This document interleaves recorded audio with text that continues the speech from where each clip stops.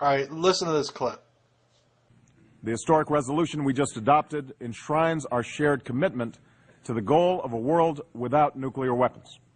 And it brings Security Council agreement on a broad framework for action to reduce nuclear dangers as we work toward that goal.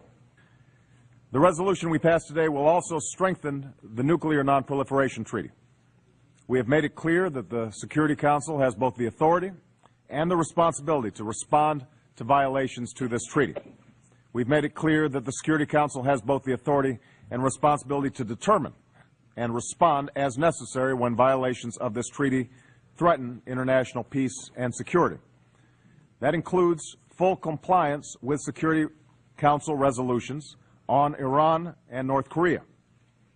And then there was this. Basically, Obama has reduced the U.S. nuclear defense policy, which basically states that if it comes down to it, we will use nukes to defend ourselves. Well, that policy is gone now under Obama because he wants everyone to think that he's creating a nuclear-free world or whatever. Of course, if you're an idiot, then you believe this, as most of Obama supporters do. But a nuclear-free world? Don't forget to read the fine print. Because after he gave this speech and he came out with this news, he then went behind the scenes with Israel and renewed a policy which allows them to keep their nuclear arsenal from international inspection. The U.S. has to disarm, Russia has to disarm, North Korea has to disarm, Iran has to disarm. Oh, but Israel doesn't. And just so no one asks any questions, we'll bury the story so no one will ever know what's going on. Now, it's not just the fact that this is so blatantly hypocritical and downright snakish.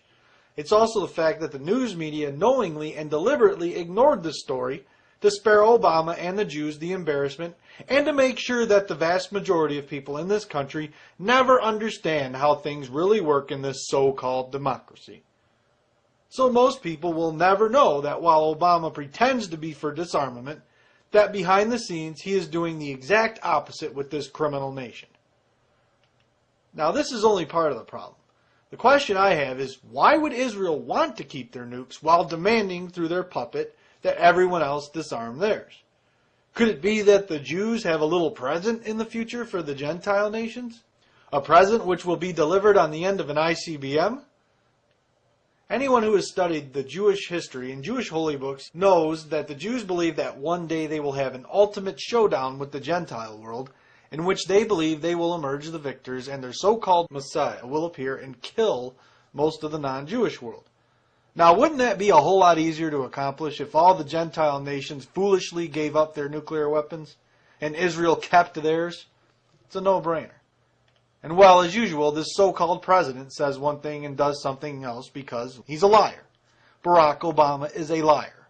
Barack Obama does not care who he lies to either. There are probably millions of people who have heard this news and believe that Obama is really trying to make a nuclear-free world. And Barack Obama knowingly and deliberately lied to every one of them and didn't even blink an eye about it. And guess what? He has been awarded the Nobel Peace Prize after doing this. After allowing Israel to hide their nuclear weapons from international inspections. The same thing that we're demanding that Iran not do. This just goes to show you how business is done in the world. The so-called president goes on TV, pretends to be doing something good for the world, and then goes behind the scenes with the Jews and does the exact opposite of what he said he was going to do. And then the news media covers it up. Just thought I'd let you know a little bit of how things are run in the world.